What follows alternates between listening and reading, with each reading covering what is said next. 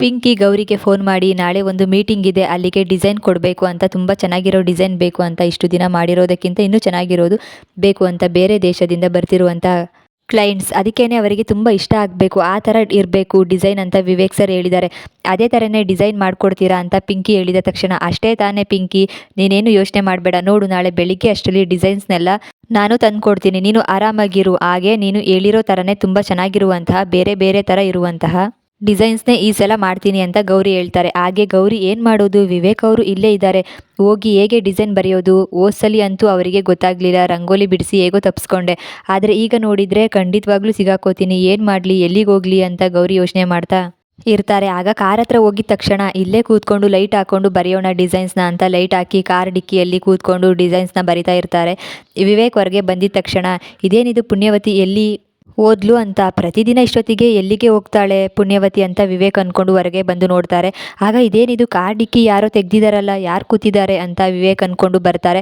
ಆಗ ಡಿಸೈನ್ ಬರಿತಾ ಇರ್ತಾರೆ ಗೌರಿ. ಅದನ್ನು ನೋಡಿದ ತಕ್ಷಣವೇ, ಅಲ್ಲ ನಾಳೆ ಡಿಸೈನ್ ಕೊಡಬೇಕು ಅಂತ ಹೇಳಿದ್ದೆ, ಅದೇ ಡಿಸೈನ್ನ ಗೌರಿ ಬರಿತಾ ಇರೋದು ಅಂತ ಅನ್ನಿಸ್ತಿದೆ, ಹಾಗಾದರೆ ನಮ್ಮ ಕಂಪ್ನಿಗೆ ಡಿಸೈನ್ ಮಾಡ್ತಿರೋದು ಗೌರಿನೇ ಅಂತ ವಿವೇಕ್ ಅಂದ್ಕೊಂಡು, ಶಿರೀಷಾ ಅಂದರೆ ನೀನೇನ ಗೌರಿ, ಈಗ ಎಲ್ಲ ಸತ್ಯ ಗೊತ್ತಾಯಿತು, ಹಾಗಾದರೆ ಪಿಂಕಿ ಡಿಸೈನ್ ಮಾಡೋಕ್ಕೆ ಹೇಳಿರೋದು ನಿನಗೇನೆ, ಅದಕ್ಕೆ ದಿನ ಈ ಥರ ಕೂತ್ಕೊಂಡು ಡಿಸೈನ್ ಮಾಡ್ತೀಯಾ, ಇವತ್ತು ಎಲ್ಲ ಸತ್ಯ ಬಯಲಾತು, ಸಿಗಾಕೊಂಡೆ ಅಂತ ವಿವೇಕ್ ಅಂದ್ಕೊಂಡು ಬರ್ತಾರೆ.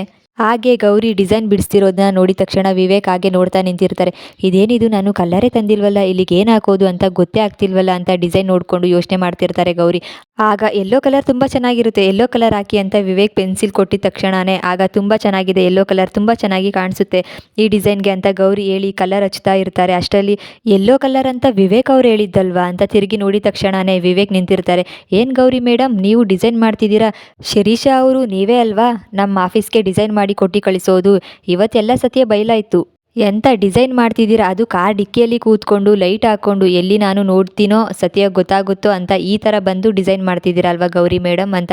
ಆಗ ವಿವೇಕ್ ಹೇಳಿದ ತಕ್ಷಣವೇ, ಅದು ವಿವೇಕ್ ಅವರೇ, ಅದು ಏನಿಲ್ಲ, ನಾನು ಯಾಕೆ ನಿಮ್ಮ ಕಂಪ್ನಿಗೆ ಡಿಸೈನ್ ಮಾಡಿಕೊಡ್ಲಿ, ಇದಕ್ಕೂ ನನಗೂ ಸಂಬಂಧ ಇಲ್ಲ, ನೀವೇ ಹೇಳಿದ್ರಲ್ಲ ನನಗೆ ಇದೆಲ್ಲ ಮಾಡೋಕ್ಕೆ ಬರಲ್ಲ ಅಂತ, ಅಷ್ಟಕ್ಕೂ ನನಗೆ ಈ ಥರ ಡಿಸೈನ್ ಬಿಡಿಸ್ಬೇಕು ಅಂತ ಅನ್ನಿಸ್ತು, ಅದಕ್ಕೋಸ್ಕರ ಅಂತ ನಾನು ಬಿಡಿಸುವಂತಹ ಡಿಸೈನ್ ನಿಮಗೆ ಇಷ್ಟ ಆಗ್ಬೋದು ಅಂತ ಸುಮ್ಮನೆ ಹಾಗೆ ಬಿಡಿಸ್ತಿದ್ದೆ, ಅದಾದಮೇಲೆ ನಿಮಗೆ ಇದನ್ನು ತಗೊಂಡು ಬಂದು ತೋರಿಸೋಣ ಕೊಡೋಣ ಅಂತ ಅಂದ್ಕೊಂಡಿದ್ದೆ, ಆದರೆ ಅಷ್ಟರಲ್ಲಿ ನೀವೇ ಬಂದು ನೋಡಿಬಿಟ್ರಾ ಅಂತ ಗೌರಿ ಹೇಳಿದಾಗ, ತುಂಬ ಚೆನ್ನಾಗಿ ಕತೆ ಹೇಳ್ತೀಯ ಪುಣ್ಯವತಿ, ಅಲ್ಲ ಇದನ್ನೆಲ್ಲ ನಾನು ನಂಬ್ತೀನಿ ಅಂತ ಅಂದ್ಕೊಂಡಿದ್ಯಾ, ನಮ್ಮ ಕಂಪ್ನಿಗೆ ಡಿಸೈನ್ ಮಾಡಿ ಕೊಡ್ತಿರೋದು ನೀನೇ ಅಂತ ನನಗೆ ತುಂಬ ಚೆನ್ನಾಗಿ ಗೊತ್ತಿದೆ, ಈಗ ನಾಟಕ ಮಾಡಿದ ತಕ್ಷಣ ನಾನು ನಂಬಿಡ್ತೀನಾ ಅಂತ ವಿವೇಕ್ ಹೇಳಿದಾಗ, ಅದು ಇಲ್ಲ ವಿವೇಕ್ ಅವರೇ, ನಾನು ನಿಜಾನೇ ಹೇಳ್ತಾ ಇದ್ದೀನಿ, ನೀವೇ ಹೇಳಿರೋದು ನನಗೆ ಇದೆಲ್ಲ ಯಾವುದೇ ಕಾರಣಕ್ಕೂ ಬರೋಕ್ಕೆ ಸಾಧ್ಯನೇ ಇಲ್ಲ ಅಂತ, ರಂಗೋಲಿ ಬಿಡಕ್ಕೆ ಬರುತ್ತೆ ಅಂತ, ಅಂಥದ್ರಲ್ಲಿ ನಾನು ಇದನ್ನೆಲ್ಲ ಹೇಗೆ ಬಿಡ್ಸೋಕ್ಕೆ ಸಾಧ್ಯ, ಏನಾದರೂ ಒಂದು ಡಿಸೈನ್ ಮಾಡೋಣ ಚೆನ್ನಾಗಿ ಬರುತ್ತಾ ಅಂತ ನೋಡ್ತಿದ್ದೆ ಅಷ್ಟೇ, ಅಷ್ಟಕ್ಕೂ ಪಿಂಕಿಗೆ ಫೋನ್ ಮಾಡಿ ಕೇಳಿಬೇಕಾದ್ರೆ ಅವರಿಗೆ ಎಲ್ಲ ಸತ್ಯ ಗೊತ್ತಿರುತ್ತೆ, ಅವರನ್ನು ಕೇಳಿದರೆ ಆಗ ನಿಮಗೆ ಗೊತ್ತಾಗುತ್ತೆ ಡಿಸೈನ್ ಮಾಡ್ತಿರೋದು ನಾನಲ್ಲ ಅಂತ.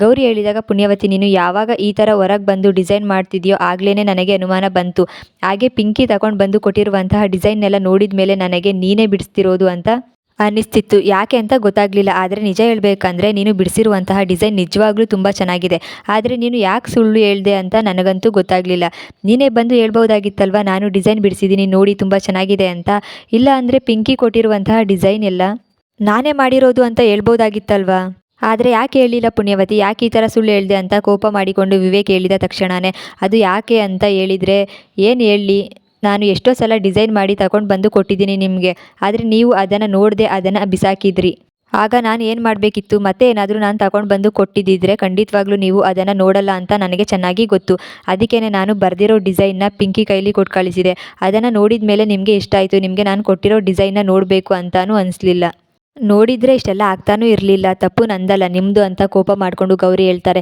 ಅದಕ್ಕೆ ನಾನು ಈ ಥರ ಡಿಸೈನ್ ಬಿಡಿಸ್ತಾ ಇರೋದು ಇಲ್ಲಿ ಕೂತ್ಕೊಂಡು ಅಂತ ಗೌರಿ ಹೇಳ್ತಾರೆ. ವಿವೇಕ್ ಹತ್ರ ವಿವೇಕೆ ಕೊನೆಗೂ ಆಫೀಸ್ಗೆ ಡಿಸೈನ್ ಮಾಡಿಕೊಟ್ಟಿದ್ದು ಗೌರಿ ಅಂತ ಸತ್ಯ ಗೊತ್ತಾಗುತ್ತೆ.